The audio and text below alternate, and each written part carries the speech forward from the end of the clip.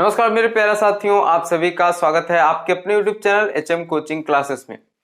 दोस्तों, यहाँ पर भाज्यता के नियम यानी विभाज्यता के जो नियम हैं उन पर चल रही थी क्लास। और कल एक क्लास इसकी हो चुकी है जिसमें मैंने जितनी बेसिक चीजें हैं जैसे 2 से विभाज्यता का नियम, 3 से, 4 से, 1 से लेकर के 11 तक के विभाज्यता के नियम आपको बताए हैं।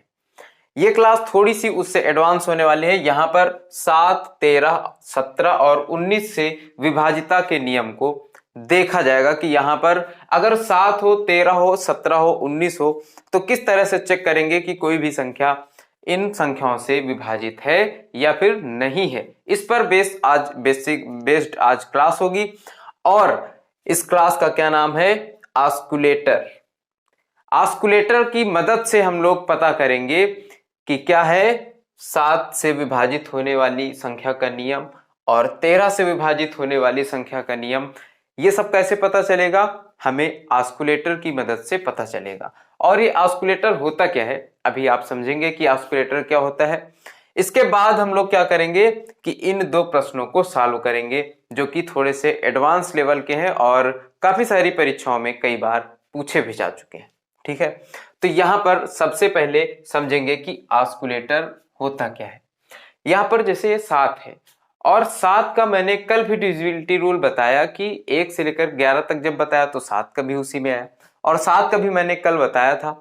तो 7 के डिविजिबिलिटी रूल में क्या था? मान लीजिए कोई भी संख्या है जैसे 112 है, तो मैंने क्या बताया था कि इसका जो लास्ट वाला पार्ट है, लास्ट वाला अंक है, इस अंक को इस संख्या से अलग कर लेंगे। संख्या कितनी बचेगी? 11। और इस अंक का दोगुना करके इसमें घटा दिया जाएगा। तो कितना घटाया जाएगा? -4। और फिर देखा जाएगा कि यहाँ पर बचा कितना है? 7।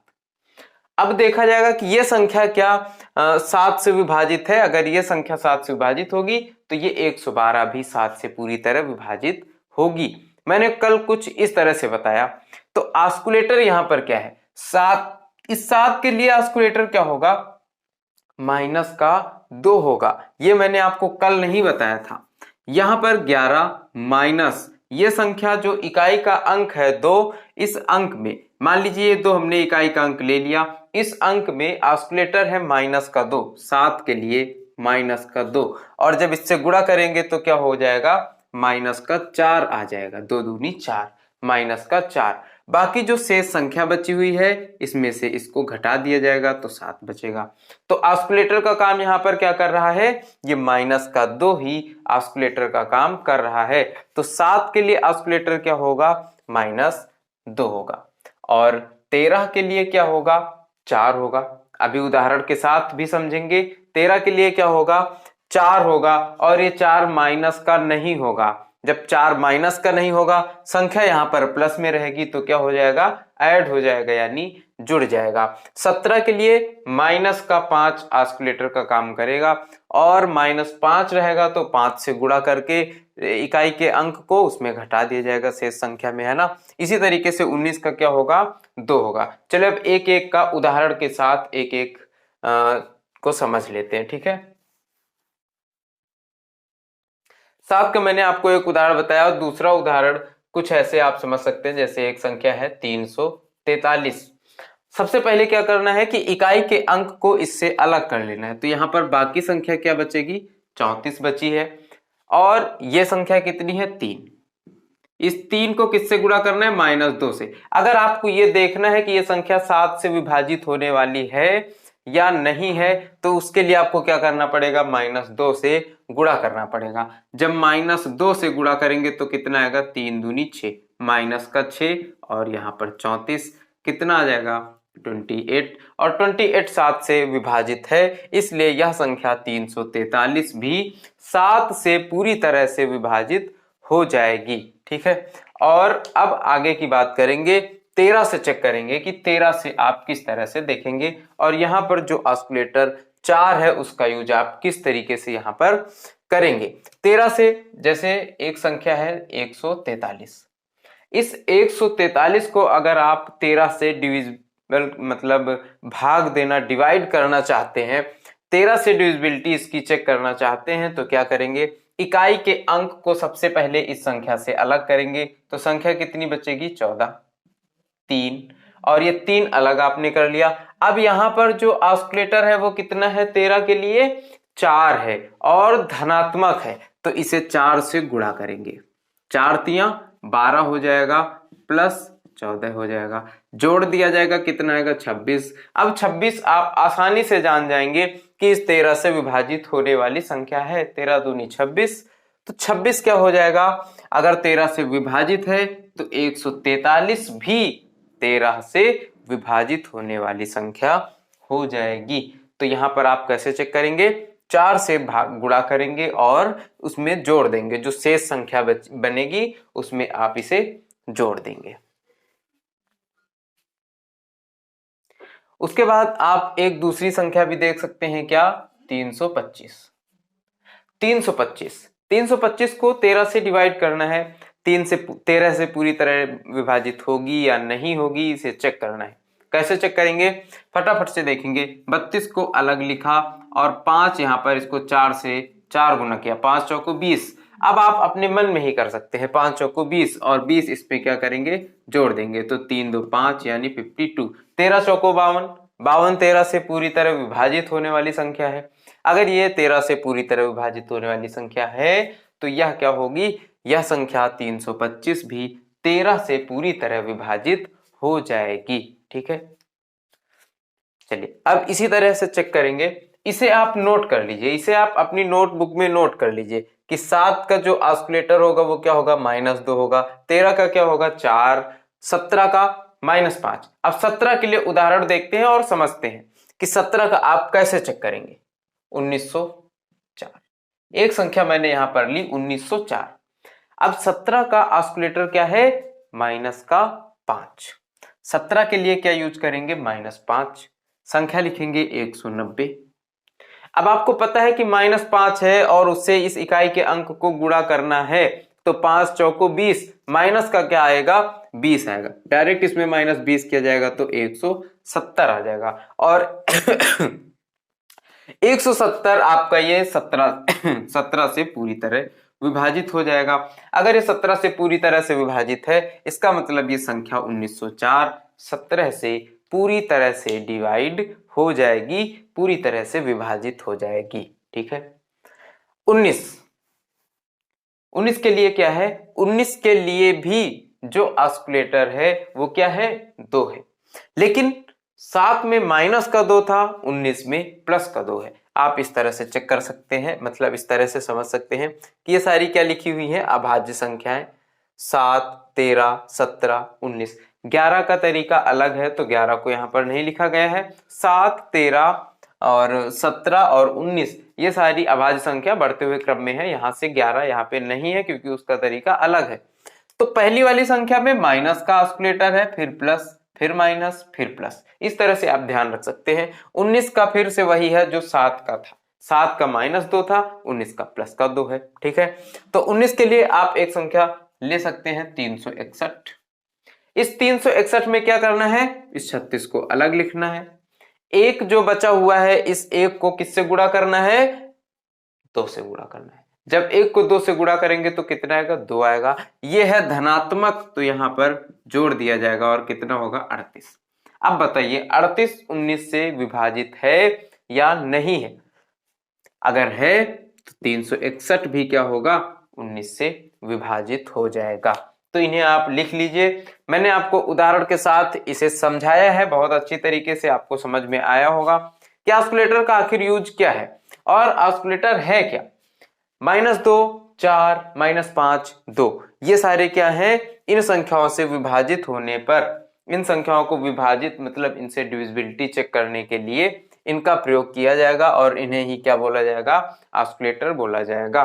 तो 7 के लिए ऑस्किलेटर क्या है -2, 13 के लिए 4, 17 के लिए -5, 19 के लिए 2। ठीक है, इस तरीके से आप इन्हें समझेंगे और इन्हें प्रैक्टिस करेंगे। आपको जब भी प्रश्न कोई दिखे तो तुरंत उसे उसकी डिविजिबिलिटी चेक करिए इस तरीके से, ना कि भाग देकर।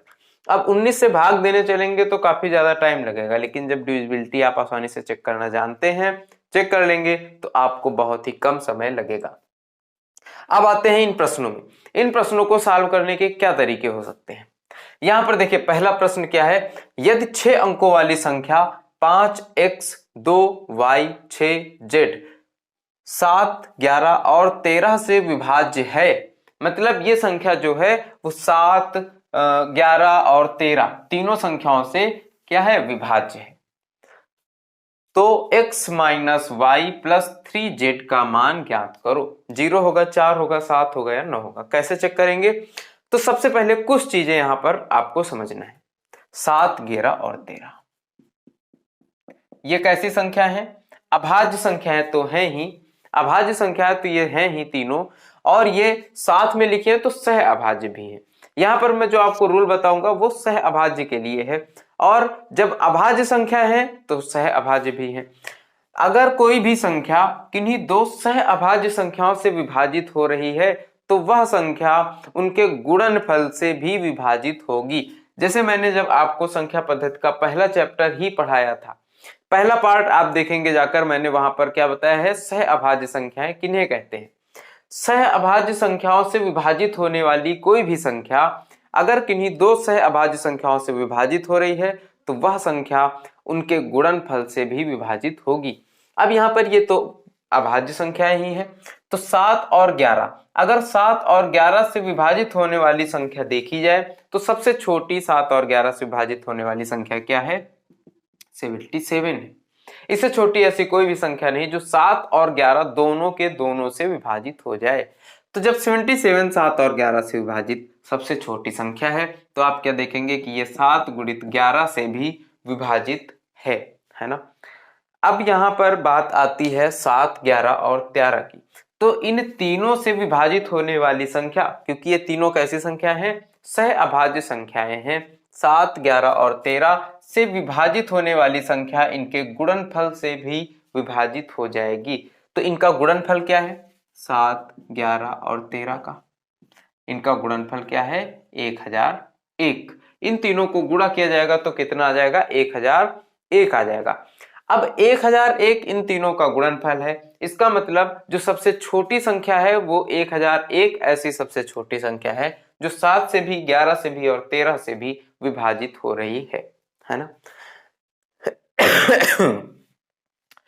तो अब यहां पर देखिए कि अगर हम कोई भी संख्या ले लें, जैसे 525 या 524, 524 को हम 1001 से गुणा करा दें, 524 को 1001 से गुणा करा दें तो यह संख्या भी क्या होगी, 7 11 और 13 से विभाजित हो जाएगी, पूरी तरीके से कट जाएगी।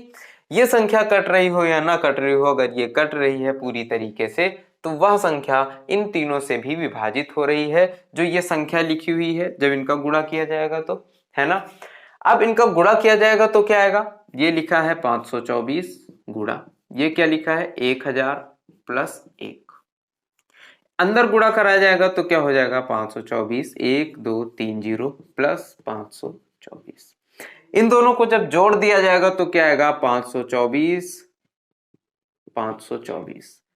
यहां पर आप एक चीज देखेंगे कि 5 2 4 फिर से वही रिपीट हुआ, 5 2 4 संख्याएं 3 3 अंक संख्या के रिपीट हो रहे हैं। अगर संख्या के 3 3 का जोड़ा बनाया जाए यहां पर तो संख्या क्या हो रही है, रिपीट हो रही है, यही 3 3 अंक रिपीट हो रहे हैं। इसका मतलब क्या है, इसका मतलब यह है कि कोई भी संख्या अगर 7 11 और 13 से विभाजित हो रही होगी, कोई भी संख्या अगर 7 11 और 13 से पूरी तरीके से विभाजित हो रही होगी तो उसमें क्या होगा, उसके 3 3 अंक ये रिपीट होंगे, चाहे जो भी संख्या हो जाए, चाहे जो भी संख्या हो उसके क्या होंगे, अगर 3 3 के जोड़े बनाए जाएंगे तो संख्या रिपीट हो रही होगी, ठीक है। और यहां पर 6 अंकों की संख्या है तो यहां पर भी क्या हो रही होगी, संख्या रिपीट हो रही होगी। चलिए देखते हैं कैसे इसे सॉल्व करेंगे। 5x 2y 6z, यहां पर संख्या पहली संख्या क्या है 5, दूसरी संख्या क्या है x और तीसरी संख्या क्या है 2। इसके बाद फिर से 3 संख्याएं यही रिपीट होंगी, तो इसके बाद वाली संख्या यहां पर क्या लिखी हुई है y, जबकि संख्या आनी क्या चाहिए यहां पर y की जगह पर 5, ये स्टार्टिंग वाली। तो y का मान कितना आ गया है 5। इसके बाद यहां पर क्या लिखा गया है 6, लेकिन यहां पर आना क्या चाहिए, x आना चाहिए। तो अगर x की वैल्यू देखी जाए तो x की वैल्यू कितनी आ जाएगी, 6 आ जाएगी। उसके बाद लिखा हुआ है z, और आना क्या चाहिए यहां पर 2, क्योंकि ये संख्या अगर 7, 11 और 13 से विभाज्य है तो संख्या फिर से वही रिपीट होगी। और यहां से आपका मान मिलता है y बराबर 5, x बराबर 6, z बराबर 2। अब यहां पर मान आपको रख देना है x minus y plus 3z। x क्या है 6, माइनस 5 प्लस 3 गुणित 2, 3 दूनी 6, 6 से 12, 12 में से 5 घटेगा, कितना बचेगा 7। तो आपका आंसर यहां पर कौन सा सही हो जाएगा, 7 सही हो जाएगा। अगला प्रश्न क्या दिया गया है यदि 6 अंकों की संख्या 1 5 x 1 y 2, ये एक 6 अंकों की संख्या यहां पर दी गई है, संख्या 44 से पूर्णतः विभाज्य है, तो x प्लस वाई का मान बताओ। x प्लस वाई का मान आपको बताना है, और ध्यान क्या देना है कि संख्या किससे विभाज्य है, 44 से विभाज्य है। अब इस प्रश्न को आपको लगाना है, और मैं देखूंगा कि किस किस को ये प्रश्न आ जाता है।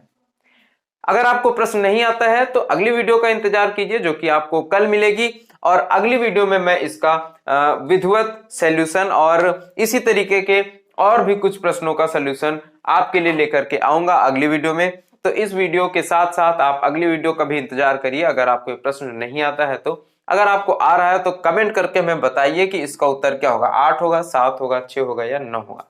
साथ ही साथ मैं बता दूं कि लेखपाल 2021 मैथ्स टारगेट 25 में 25 बैच ये लगातार चल रहा है, जिसे आप देख रहे हैं, और इसी तरीके से आप देखते रहेंगे। पूरी की पूरी मैथ यहाँ पर मैं आपको कवर कराऊंगा। लेखपाल के सिलेबस में जितनी भी मैथ है वो पूरी की पूरी मैं आपको यहाँ पर कवर कराऊंगा, ठीक है। तो इसके लिए अगर आप इस चैनल पर नए हैं तो चैनल को सब्सक्राइब कर लीजिए।